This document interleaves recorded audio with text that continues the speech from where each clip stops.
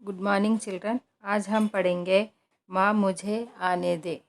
माँ मुझे आने दे की कवित्री है मृदुल जोशी। इस कविता का उन्मुखीकरण है माँ चाहिए, बहन चाहिए, पत्नी चाहिए, फिर बेटी क्यों नहीं चाहिए। अनदेखी बिटिया करे पुकार, मत करो यह अत्याचार।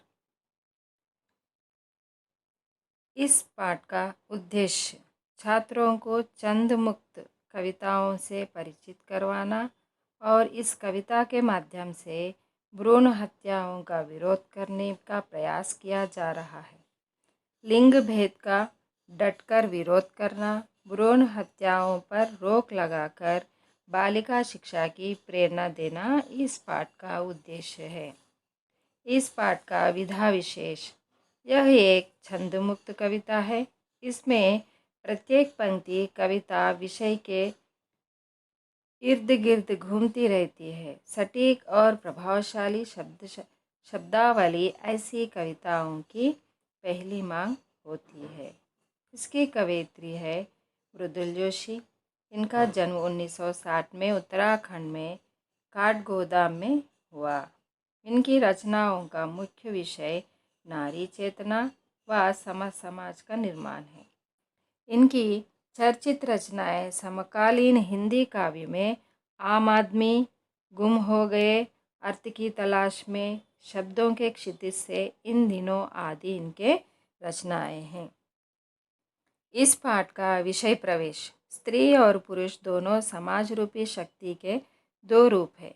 दोनों कार्यकुशल, गुणी और बुद्धिमान होते हैं। समाज के निर्माण में दोनों का समान महत्व है। वेदों में भी स्त्री की तुलना देवी से की गई है। कहते हैं जहाँ नारी का वास होता है वहाँ देवता बसते हैं। लेकिन सामाजिक विषमताओं के कारण आज भी भ्रूण हत्याएं देखी जा रही है। ऐसी घटनाएं सामाजिक मानवीय अपराध है। ऐसे अपराध को समाप्त करना बेहद जरूरी है।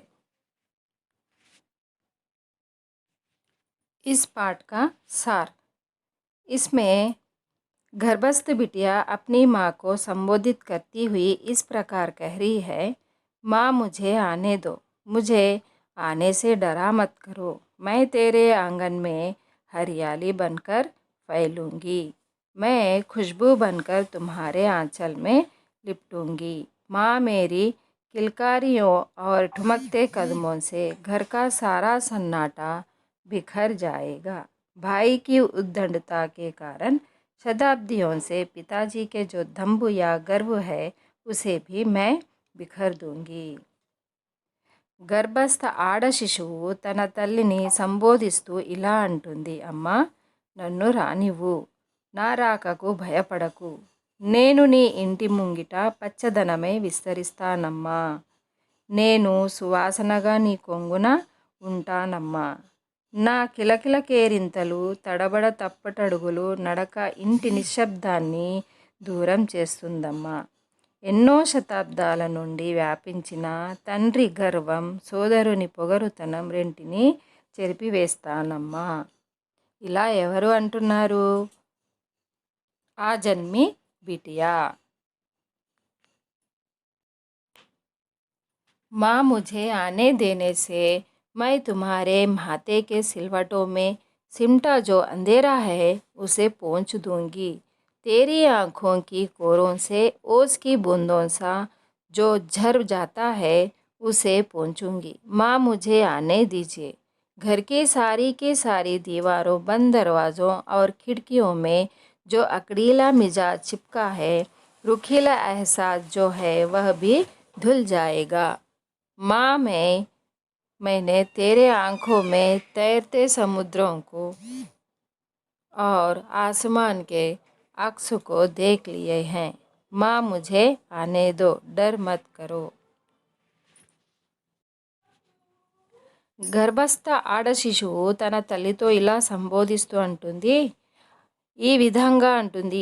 ఎలా అంటే, అమ్మ నన్ను రానిస్తే నీ నుదుటి ముడతల్లో దాగి ఉన్న చీకటిని, పటాపంచలు చేస్తాను. నీ కనుమూలల నుండి మంచు బిందువుల్లా అప్పుడప్పుడు ప్రవహించే కన్నీటిని నేను తుడిచివేస్తానమ్మా. అమ్మా, నన్ను రానివ్వు. కఠినత్వంతో భారంగా ఉన్న నీ అనుభూతులన్నీ తొలగిపోతాయి. ఇంటి గోడలకు, కిటికీలకు, తలుపులకు అతకబడి ఉన్న మిడిసిపోయే గర్వమంతా చెదిరిపోతుంది. అమ్మా, నీ కళ్ళల్లో ఈదుతూ ఈ సముద్రాలు, ఈ ఆకాశాల ప్రతిబింబాలను నేను చూశాను. अपनी माँ को संबोधित करती हुई कहती है कि माँ, मैं तेरे लिए उस झिलमिलाती दुनिया में दूर पार जा सकती हूँ। तेरे सपनों के चमकीले टुकड़े वहाँ से ला सकती हूँ। समुद्र के थपेड़ों को अलक्ष्य करके समुद्र में जाकर मोती, सीपी और नाविकों के कहानियों का खोज कर सकती हूँ। मैं रंगों से चटकीला और रोशनी से चमकीला जैसे सारे काम कर सकती हूँ माँ। इसीलिए माँ, मुझे आने तो दो, डरा मत करो माँ, मुझे आने दो.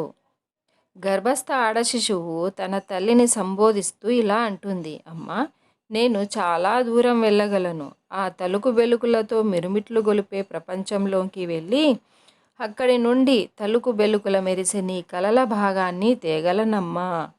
అమ్మా, నన్ను రానియు. సముద్రాల అలల దెబ్బలకు ఓర్చి ముత్యాలు, ముత్యపు చిప్పలు, నావికుల కథలన్నింటినీ వెతగలనమ్మా. అమ్మా, ఉజ్వలంగా ప్రకాశిస్తూ మెరిసే తలుకు చముక్కులను నేను చేయగలను. రంగురంగుల ప్రకాశాన్ని సృష్టించగలను. అందువల్ల అమ్మా, నన్ను రానివ్వు. నీకు భయము వద్దమ్మా, నన్ను రానివ్వు. మా, ముझे आने दे, डर मत माँ, मुझे आने दे. धन्यवाद.